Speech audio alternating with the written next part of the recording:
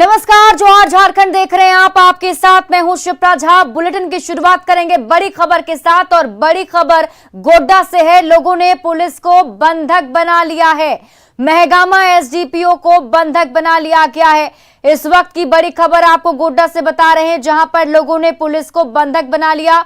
आपको बता दें कि महगामा एसडीपीओ को भी लोगों ने बंधक बना लिया है। ललमटिया के तालझारी के पास की घटना है।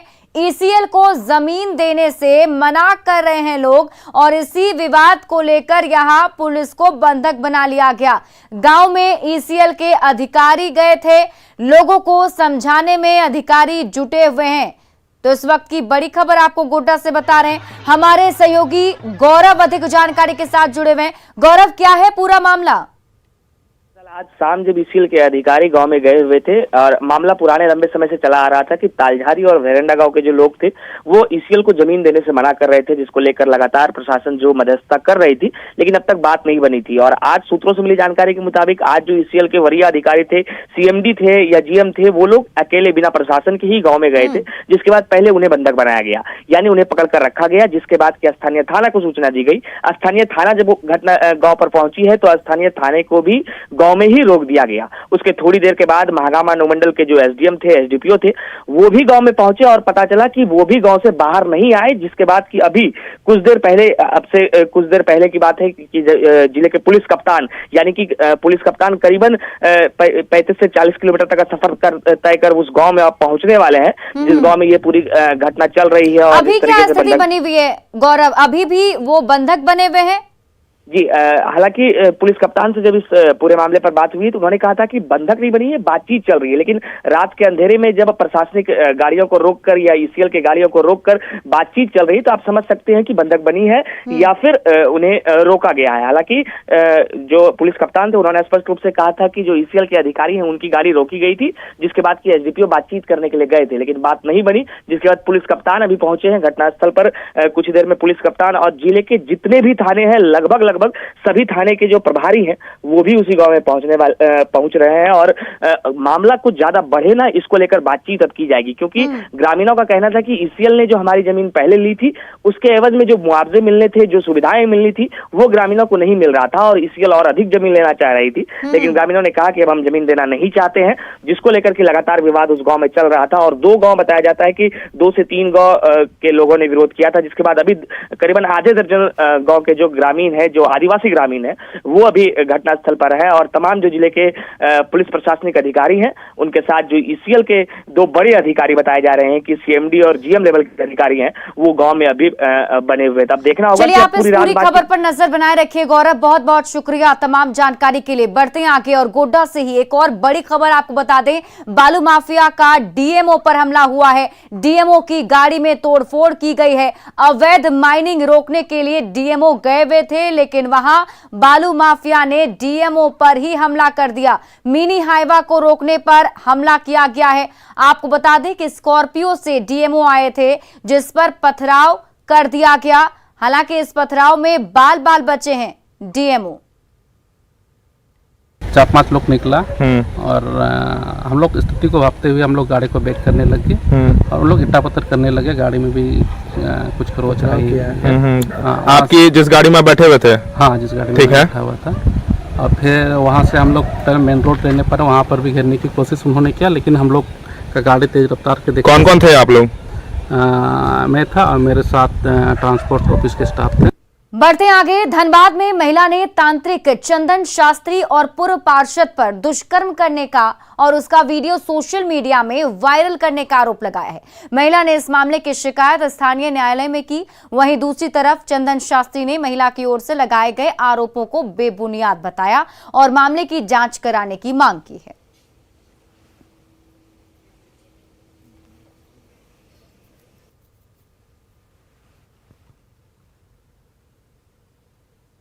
उस महिला को न हम जानते आज तक और दूर दूर तक हमारा साथ उससे कोई परिचय नहीं है और कोई जानकारी नहीं है। तो इस टाइप की घटना देखने के बाद तो हम जिला प्रशासन से मांग कर रहे हैं कि जिस दिन से वो आरोप लगाया है तो उस दिन से लेकर अभी तक का हमारा मोबाइल का कॉल डिटेल्स और सीडीआर देखा जाए। अगर उसमें हम दोषी पाते हैं तो हम उसके लिए सजा के लिए भुगतने को तैयार है। रामगढ़ के पतरातू में नलकारी नदी की तेज धार में बहे लोगों की तलाश के लिए पहुंची एनडीआरएफ की टीम ने डैम के पास से 2 व्यक्तियों के शव को बरामद कर लिया। मृतक 2 लोगों की पहचान समीर सौरभ और डॉक्टर देवाशीष तिग्गा के तौर पर हुई। टीम में शामिल जवान हादसे में लापता तीसरे व्यक्ति की तलाश में जुटे हुए हैं। लोग 28 लोग आए हैं यहाँ पे और सुबह 5:15 बजे से हमने ऑपरेशन को शुरू कर दिया था और अभी तक सुबह से 2 डेड बॉडी अभी रिट्राइव हो गई हैं और हमें जो सूचना मिली है लोकल प्रशासन द्वारा कि कुल 3 डेड बॉडी हो सकती हैं, तो एक ही और तलाश अभी जारी है। मुख्यमंत्री हेमंत सोरेन ने पलामू और हजारीबाग में डूबने से बच्चों की मौत पर दुख जताया है। मुख्यमंत्री ने ट्वीट कर शोक जताया, लिखा कि हजारीबाग और पलामू जिले में बच्चों के डूबने से हुई मृत्यु की खबर से अत्यंत दुखी हूं। परमात्मा दिवंगत आत्माओं को शांति प्रदान कर शोक संतप्त परिवारों को दुख की विकट घड़ी सहन करने की शक्ति दे।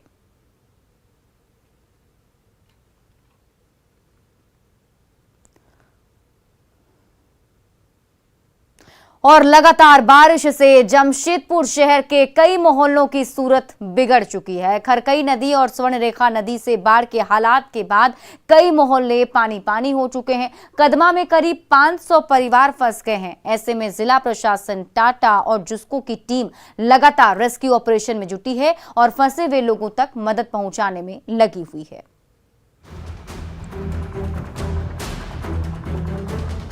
ये तस्वीर किसी दियरा इलाके की नहीं बल्कि झारखंड के शहर जमशेदपुर की है, जिसे लोग लोहनगरी के नाम से जानते हैं। लगातार बारिश के बाद पानी की मनमानी के आगे शहर की सारी प्लानिंग पानी पानी हो गई है। कदमा में शास्त्री नगर के ग्रीन पार्क में करीब 500 घर पूरी तरह पानी से घिर चुके हैं। कई घरों का ग्राउंड फ्लोर भी पानी में डूब चुका है। हालात ये हैं कि मोहल्ले की जिन सड़कों पर मोटर कार सर पर दौड़ती थी, उन गलियों में आज रेस्क्यू फोर्स की बोट उनका सहारा बन रही है और जिन्होंने अपने घरों में मार्बल से चमचमाती सीढ़ियां बनवाई थी, वो आज गैलरी के सहारे उतरने को मजबूर हैं। कुछ लोग हैं जो कि हम लोग रिक्वेस्ट भी कर रहे हैं निकलने के लिए, लेकिन नहीं निकल पा रहे हैं, वो ये नहीं आना चाह रहे, तो उनको भी जो रिक्वायरमेंट है, जो उनका खाना है हुआ, दूध हुआ, पानी हुआ, वो भी दिया जा रहा है और लोग भी बढ़ करके आए हैं मदद करने के लिए। स्वर्णरेखा नदी के तटीय इलाके में बसे मोहल्लों में करीब 2000 से अधिक परिवार पानी की चपेट में हैं। कई इलाकों में लगातार टाटा, जुस्को और जिला प्रशासन की टीम रेस्क्यू ऑपरेशन चला रही है।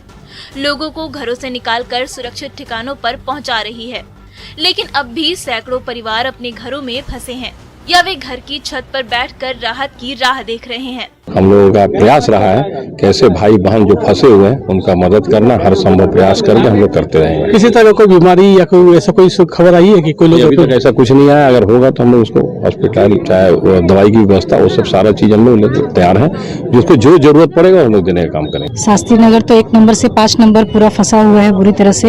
यहाँ भी काफी बुरी स्थिति बनी हुई है, जिसमें बच्चे जिस घर में ज्यादा से ज्यादा हैं, तो हम लोग ने दूध का भी वितरण किया है, ब्रेड, केला, पानी वगैरह पहुंचाने का कार्य किया है। ग्रीन पार्क कॉलोनी खरकई नदी से भी सटा है और कॉलोनी के बगल से ही शहर का नाला खरकई नदी में गिरता है और इसी नाले के जरिए लोग बाढ़ की चपेट में आ गए, जिससे अचानक इनकी मुसीबत बढ़ गई। फिलहाल तत्काल फंसे हुए लोगों को राहत पहुंचाने का प्रयास जारी है। जिला प्रशासन पूरी तरह उन्हें राहत पहुंचाने के लिए नाव के द्वारा डोर टू डोर, घर घर पहुँच कर उनकी मदद करने का प्रयास कर रहे हैं। प्रभंजन कुमार, न्यूज़ 18 जमशेदपुर। हजारीबाग के बड़कागांव थाना क्षेत्र में 10 अगस्त को हुई घटना के बाद से तनाव को खत्म कराने के लिए अब जनप्रतिनिधियों ने पहल की है। बड़कागांव थाना क्षेत्र में शांति व्यवस्था कायम रखने के लिए और दोनों समुदायों के बीच बढ़ती खाई को पाटने की कोशिशें तेज हो गई हैं। इसको लेकर 22 अगस्त को इलाके में शांति मार्च निकालने का निर्णय लिया गया है। बड़कागांव विधायक अंबा प्रसाद और विधायक सदर मनीष जायसवाल ने इस दिशा में पहल की। दरअसल एक पोस्ट डालने को लेकर नाबालिग युवती से उठक बैठक और मारपीट करने के बाद इलाके में तनाव हो गया था। हमारे सेक्रेटरी साहब बोले हैं, सभी बुद्धिजीवी बोले हैं कि इसकी सुरक्षा की हमारी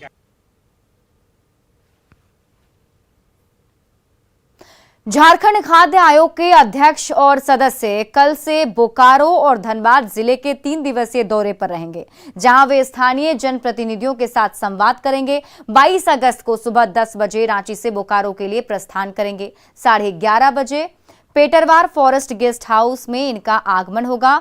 वहीं दोपहर 2 बजे से 5 बजे तक फॉरेस्ट गेस्ट हाउस पेटरवार में तेनू घाट अनुमंडल के 155 मुखिया के साथ संवाद करेंगे। रात्रि विश्राम परिसदन भवन बोकारो में होगा, जबकि 23 अगस्त को सुबह 10 बजे से 1 बजे तक चास अनुमंडल के 94 मुखिया के साथ Bokaro steel city college sector 6 में संवाद होगा। दोपहर कार्यक्रम 2 बजे से 4 बजे तक परिसदन भवन में सुनवाई और जन सुनवाई का कार्यक्रम है, तो शाम 5 बजे धनबाद जिले के लिए विभाग की टीम प्रस्थान करेगी।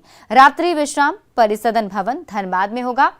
वहीं आगे 24 अगस्त को सुबह 10 बजे से दोपहर 1 बजे तक धनबाद टाउन हॉल में 256 मुखिया के साथ संवाद कार्यक्रम है। दोपहर 2 बजे से शाम 4 बजे तक परिसदन भवन धनबाद में सुनवाई और जन सुनवाई का कार्यक्रम है।